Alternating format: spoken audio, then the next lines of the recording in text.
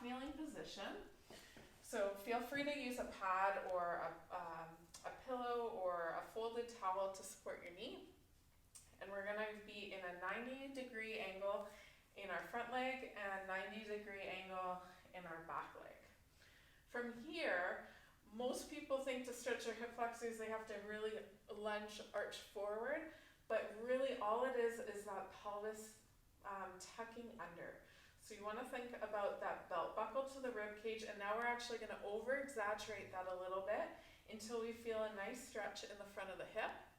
And again, we're working a little bit more on joint versus getting kind of a static muscle stretch. So you're going to feel that in the front of the hip, tuck that pelvis under, belt buckle to the rib cage, and you can even bring your ribs down a little bit to intensify that stretch. And then from here, we're just gonna oscillate a little bit. So we're just gonna kind of wiggle the joint to try and get a little bit of movement and space.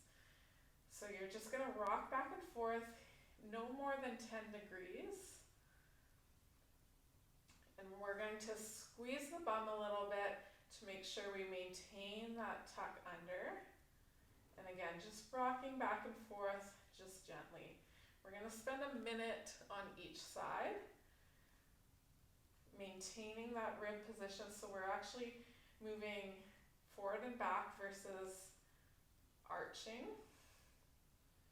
And then let's go over to the other side. So same thing, finding that 90-degree position, both sides, tucking that pelvis under.